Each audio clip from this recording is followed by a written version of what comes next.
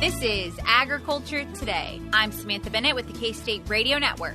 Ahead of us this Thursday on Agriculture Today, we start with new to K-State, cow-calf extension specialist Jason Warner. He joins us to talk about his background, his new role at K-State, and the unique opportunities that lie within the beef industry in the state of Kansas. In addition to his introduction to listeners, Warner also provides information for cow-calf producers on how to prepare for this fall and winter. He supplies strategies for combating the ongoing drought conditions that are currently taking a hit at forage supplies across the state and beyond. In the second of a 3-week series on fall lawn care, Dennis Patton explains the process for planting or overseeding a cool season lawn. He stresses the importance of soil preparation and light, as well as frequent watering, as 2 keys for success. That and more is coming up ahead on Agriculture Today.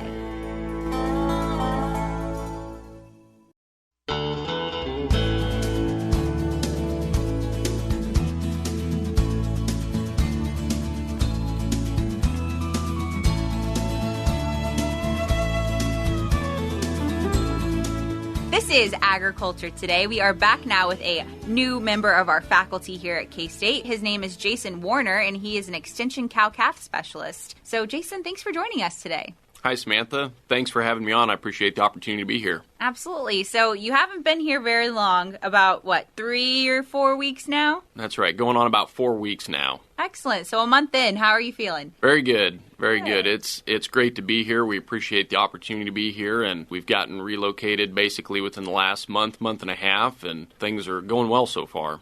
Excellent. So you're originally from Nebraska. Tell us a little bit more about your background. That's correct. So I am a Nebraska native, grew up in Furnace County, Nebraska, which is located in the southwest, south central part of the state. My family has diversified cow-calf farming and ranching operations there that I grew up helping my family with. And through those experiences, as well as through some activities as a youth, forage and FFA, those types of things. That's really what generated and drove my interest in looking at animal science and research and extension work as a potential career path that I wanted to pursue. Attended the University of Nebraska-Lincoln and pursued animal science and grazing livestock systems there for Bachelor of Science degrees. And then through some subsequent work experiences as an undergraduate student, got exposed to some things on the research side. And that's what really helped kind of fuel or drive my interest in looking at some further work with applied cow-calf systems management, research, and things along those lines. And so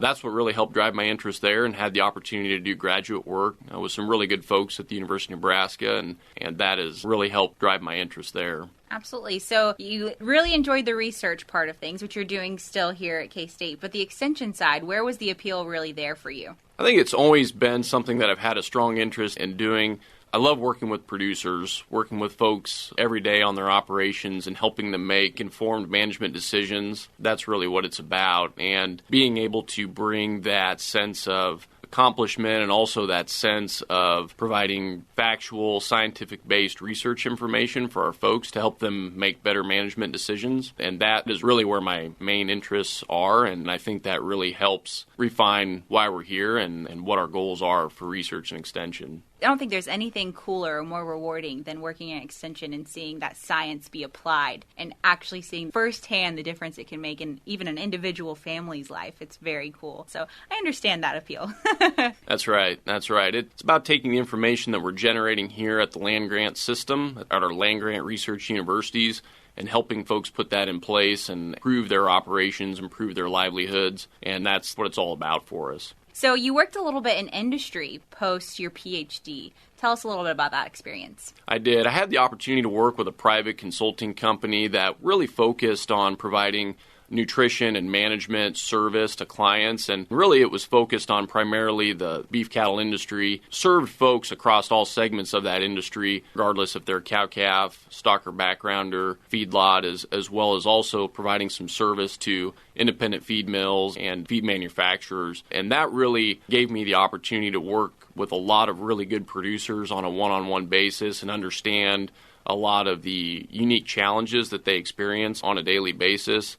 And it was a great opportunity to meet a lot of folks that work very, very hard to help keep production agriculture moving and going forward on a daily basis. And really it was through a lot of those experiences, as well as a combination of my research and extension work that I experienced while as a graduate student, that really helped me understand and value the importance of the information that the land-grant university system is providing and the service that can be to the folks, not only here in Kansas, but all across the country as well, too. And so really that's what's led me here to Kansas State is a combination of those experiences and seeing the need for information that is now never been greater. When we look at the challenges that folks are seeing and that folks are encountering on a daily basis, there's a real need for good, sound, science-based information, and that is only going to be more critical, I think, as we go forward in the future. It's clear hearing your background and hearing you talk about what you really enjoy, why this position, your new role here at K-State. We said you're an extension cow-calf specialist now here. It's clear to see why you took this position and why you were offered it. So tell us a little bit now about this role that you're taking on here. So my primary role here is primarily to be a member of our beef extension team, and that would be a combination of folks that are on-campus faculty, but as well as folks that are outstate in specialist roles. And so really it's to be a collaborative member of our beef research and extension team, help provide information and disseminate information to the industry that we're generating here on campus at our various research locations and facilities. One of my main objectives is to help provide leadership and direction for what we're doing in terms of the beef extension program efforts that we're implementing, not only at a state level, but also at a local or more regional level as well, too. And so providing that service and providing support for our folks that are in county agent positions and helping them with their programming efforts, providing a service and information to them to help them out with their clientele, and really being a resource and helping serve not only folks within our local campus community here, but outstate as well. In terms of the beef extension research team, you guys do a lot of cool work. What is really the most exciting part of that for you? I think it's being able to develop some applied management concepts and do some applied research that folks can take and directly put into their operations from the moment that we release a report or release some information on that. Information that folks can take and go right back to their operations with and use and help them make decisions. And that's really what it's all about. But we have a good collaborative group of folks that's our mission is to help provide that information and being able to react to their circumstances and their needs as they change and evolve over time as well. Absolutely. We were talking beforehand about the cool diversity in terms of beef production that we have in Kansas. What other state can you say that you have cow-calf, you have stockers, you have feedlots, you have the processing side of things all in one state? It's a unique opportunity for sure. It really is. Kansas is a very, very unique state where you see all those different segments really interacting well and working together. You don't see that around the country and in a lot of other states, and particularly when it comes to our stocker industry and our cow-calf industry. Yes, those are technically different segments, but they're really closely intertwined and they really feed back and forth from each other very closely. And so that is very unique about this state and also, too, some of the other resources that we have, the irrigation resources that we have and the different forage bases that we have make Kansas a very unique state and I think positions us very, very well to be a leader in beef cattle production as we go forward. That unique combination is not seen everywhere else and just helps support the reasons why Kansas is a leader in production agriculture. Well, Jason, we're going to continue our conversation here momentarily a little bit more on a topic that's very pressing right now that we've been covering very closely here on Ag Today, and it's the drought that we've been experiencing. So we'll preview a little bit of that conversation here, but we're going to talk about drought and forage availability concerns and really trying to encourage producers to put best management practices into their routine, making it part of just their daily lives. What can we do now to ensure that we're holding on to our cattle herd as much as we can? So a little bit about that to come. It's a challenge. It's a challenge for sure. Drought management is one of those things where we're always trying to be as reactive as what we can, but we also want to be proactive as well too. And it's a challenging issue because it seems that these drought conditions and these other things that we're seeing across the country are maybe becoming a little bit more severe and widespread maybe than what we've experienced in the past. And so it's certainly, there's no doubt it's been on the forefront of folks' minds, not only here within Kansas, but around the country as well, too. And so I think at this point in the year where we're past our typical forage production time frame, where we're going to get the most forage production that we see in a season, we really need to be starting to think about how we're going to proactively manage, from the cow-calf side of things, how we're going to proactively manage our operations as we go into the fall and through the winter. And so that's where I think it comes back to having a really defined plan and really thinking about on an individual operational basis, what are my needs, what are my resources, and how am I going to manage over the next 6, 8, 12 months. Certainly, things will change. Things will always change. We will always have these cyclical patterns that we go through, but it's being able to manage through them effectively and being able to implement decisions. And that's why we're implementing and doing the things that we're doing on the research and extension side of things to help provide that information for folks. Absolutely. So like I mentioned, that and more is going to be coming up ahead, so stay tuned for that. But Jason, thank you so much for your time today and for taking the time to introduce yourself to our listeners. I appreciate the opportunity. Thanks for having me on. Absolutely. Once again, that was Jason Warner. He is our new Extension cow-calf specialist here at K-State, sharing a little bit about his background and his new role. After we return with more from Jason Warner, we're going to end today's programming with Dennis Patton. He is a K-State horticulture agent, and he's sharing part 2 of his 3-week series on fall lawn care. This week specifically, however, he's explaining the process for planting or overseeding a cool season lawn. He stresses soil preparation and light, as well as frequent watering, as 2 of the key aspects for success this fall. We'll be back with more ahead on Agriculture Today.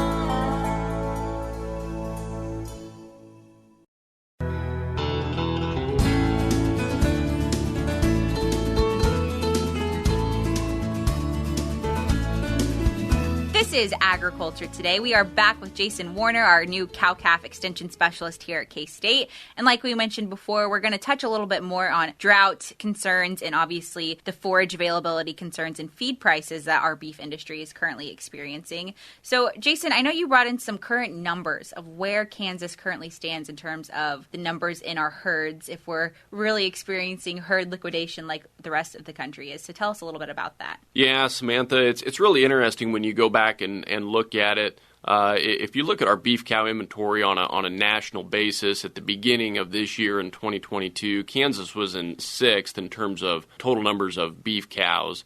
And so a little over 1.4 million cows located across the state. And it's interesting when you go back and you look at the change from 2021 to 2022, that first of the year inventory, which really gives us a good handle on what the cow herd is doing throughout the year. It's interesting because Kansas is one of only 2 states out of the top 7, which would be our major cow production states that have over 1 million cows, that have really maintained their inventory quite well. We've seen some other more dramatic changes and decreases in terms of beef cow inventory in other states, but really when you look at it, it's interesting that our inventory has held quite well. Certainly, this year has been very, very challenging, and it's going to be interesting to see what those numbers look like when we get to the start of 2023.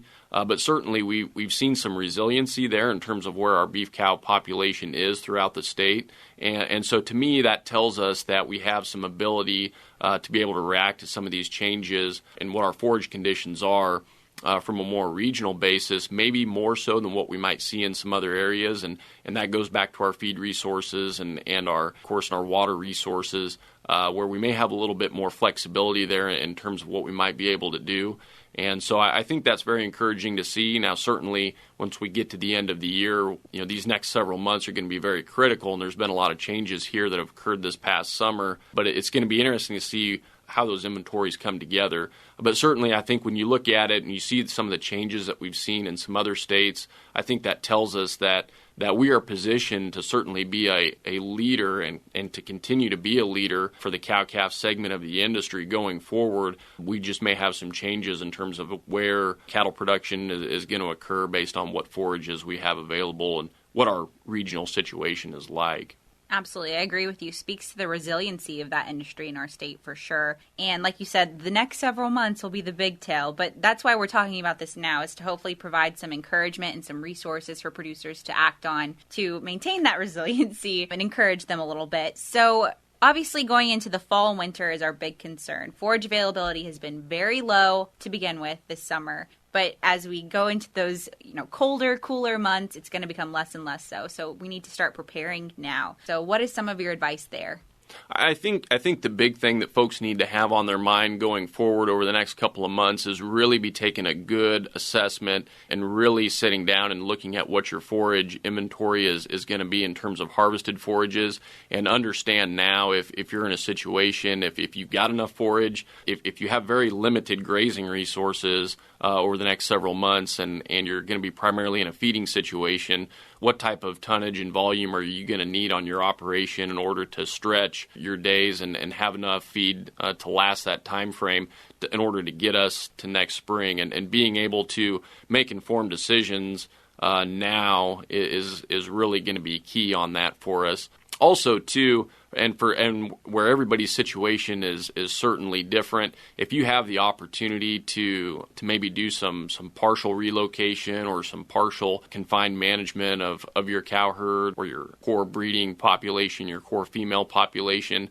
you certainly want to look at those options as well, too. And, the challenge on the drought side of things is we always tend to think more in terms of operations that are directly impacted by pasture conditions. So we think about our cow-calf and our stocker segments, but the challenges and the issues there don't just stop at those operations. They go all the way to the feed yard level as well, too. And so certainly when we look at these shortages that we have from a forage availability standpoint, they have just as much challenge there as what we see in some other segments.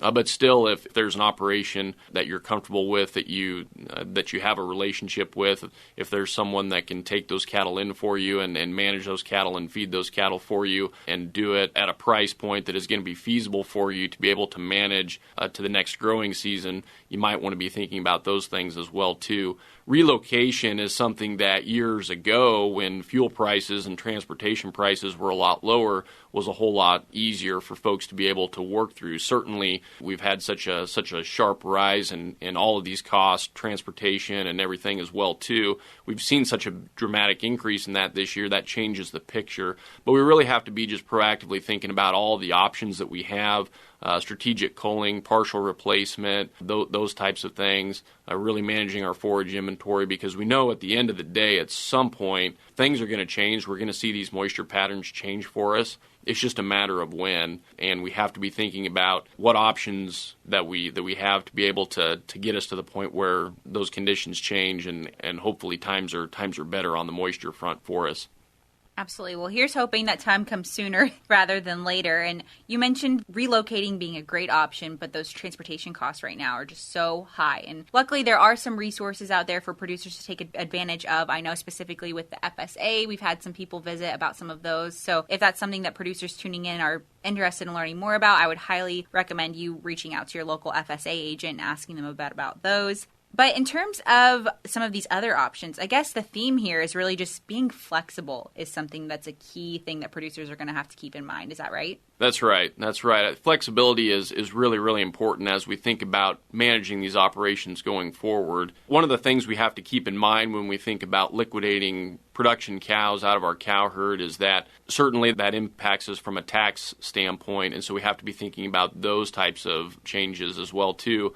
But then also, too, if you're an operator and you're looking at it thinking, we know for sure we're going to be in the business for the long haul, we have to think about how we're going to repopulate that cow herd once times change. And so, okay, if we make the decision to sell and do some strategic culling, which might be the best option for us now, we have to be thinking about what's the opportunity cost to buy those females back, or what's that entry cost going to be when we go back to expand the cow herd. So there's a lot of questions around that, but those are the big things that folks really have to be thinking about, that it's not just short term here over the next several months in order to hopefully be able to get us to a point in the winter or spring where we've got some more moisture, but we're thinking about what the entry cost of adding those females back to our herd is going to be as well too, because there's indication that just based on where cattle inventories are, we're certainly going to see some strong prices, and it's a matter of supply and demand, and so we have to be thinking about that as well too. So unfortunately there's a lot of different factors at play.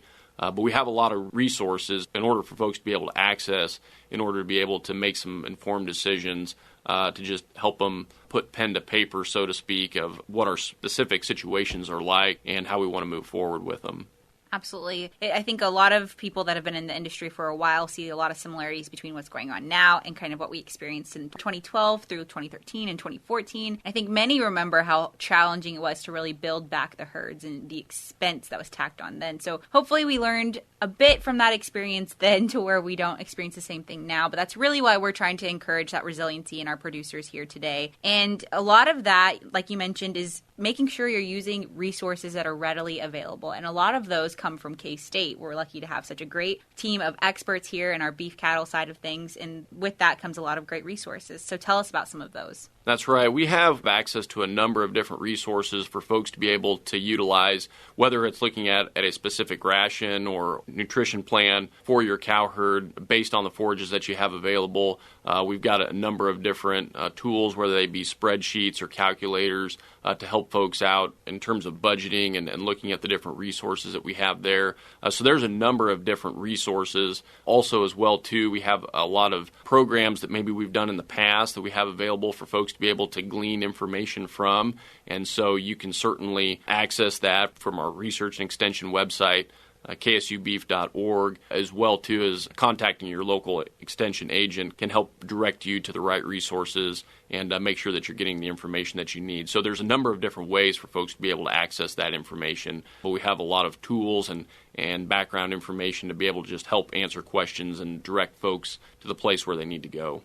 Absolutely. As always, we'll have the link to that KSU Beef website in the show notes of today's program, which can be found on agtoday.net. If you search for the date that this program goes up on that website, you'll be able to click this episode and then find the links easily available there. So that's always a great option as well. But Jason, thank you so much for your time. I know you'll probably be more of a regular guest the more you get settled here at K-State, and we'll expect to hear your voice a bit more frequently over the air. So thank you for joining us. Thank you for the opportunity. Appreciate it. Absolutely. Once again, that was Jason Warner. He is our new cow-calf extension specialist here at K-State, joining us to discuss the current drought and forage and feed availability concerns as we go into the fall and winter. We'll be back with more ahead on Agriculture Today.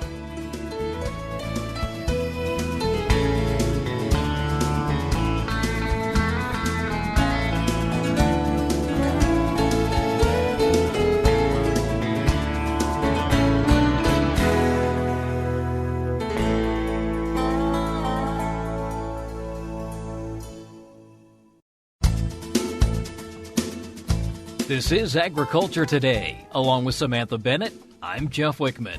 Now is an excellent time for planting or overseeding cool season lawns, such as tall fescue or Kentucky bluegrass. Last week, K-State Research and Extension Horticulture Agent for Johnson County, Dennis Patton, discussed the importance of choosing quality seed. This week, he covers the process for successfully planting or overseeding cool season lawns. Well, it's kind of just a step-by-step process. You know, the first thing you want to do is make sure there's good soil moisture. You know, a lot of the state of Kansas has been pretty dry lately, but for you to have good germination, good success, you need good soil moisture. So the first thing you might want to do is start watering your lawn maybe a week or so prior to the actual seeding itself. And then kind of the step-by-step process is you would probably mow the lawn a little bit shorter than you normally mow it. So if you're mowing at 3, maybe drop it down to 2, 2.5. And then what really dictates success with seeding a lawn is, like anything you plant, you need that seed to be in good contact with the soil. And you can do that by renting or hiring someone that come in and do what they call verticutting, which think about someone just slicing a whole bunch of little saw blades through the soil that cuts grooves that the seed then falls into. Or for small areas, you can get your garden rake out there and just kind of very, very vigorously work up that upper crust of the soil. You know, grass seed only needs to be planted maybe 1/8 of an inch to 1/4 inch deep. It doesn't get planted very deep, but you need to break that crust. And then once you do that, you would spread your seed, probably hit it again with a rake or the verticutter to get that seed into the soil. And then you're off and running. And really the key to, once you get the good soil prep, the key to getting the seed up and going is keeping it evenly moist, because that's the key to germination, is even moisture, keeping that upper crust of that soil moist at all times so the grass seed can germinate and get established. Yeah, I often hear people talking about water lightly but often. Yeah, when you overseed the lawn, you throw all the lawn watering rules out the book. You know, usually when we talk about watering lawns, we talk about deep and frequent. But when it comes to seeding, it's light, frequent applications. You know, on a warm, sunny Kansas fall day, September day, you may need to lightly water that once or twice a day. You know, when you're going to overseed, you don't go on a 2-week vacation, because most of these seeds are going to take 7 to 14 days to germinate. And so you need to be pretty much a slave to keeping that water on. Now, if you've got a sprinkler system, you can set it and forget it. But if you're a hose dragger, then you need to make sure you're there, you know, every day to check the moisture level. Here again, we're not talking about deep soaking, because we've already done that prior to the application. We're just talking about replacing what's lost to evaporation. You know, the nice thing about seeding here in early September is that the soil temperatures are high. You know, it should be cooling down a little bit, so you're going to get as rapid germination as possible to help compress maybe that watering period. Because like I said, that's probably where most people, well, I think when people come to seeding, they fail in maybe 3 ways. One, we've already talked about, make sure you buy quality seed. It's all the bluegrass, it's all the tall fescue, no other crop, no other types of grass. Then the next is getting that good seed soil preparation. A lot of people just think they can throw the seed out there on top of the soil, but it has to be in contact. And then the last, you know, important step, the hurdle to success, is that watering. And proper rate, too. We have to make sure that we're applying the right amount of seed. Yeah, you know, here again, if you're talking about a brand new lawn, you know, on tall fescue, you're putting on maybe 6-8 pounds per 1,000 square feet. If you're talking bluegrass, it's 2 to 3. And then when you're overseeding, and maybe we need to define what overseeding is. Overseeding means you have a stand of grass, but it just needs to be thickened up.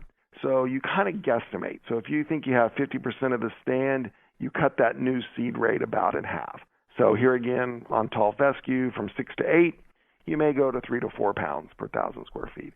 There is a disadvantage to really heavily seeding, and that is if you put too much seed down, it may come up, it may look great, but then those sprouts almost become in competition with each other, and it could thin out the lawn. And so the other thing with overseeding too high a rate also greatly increases your costs too.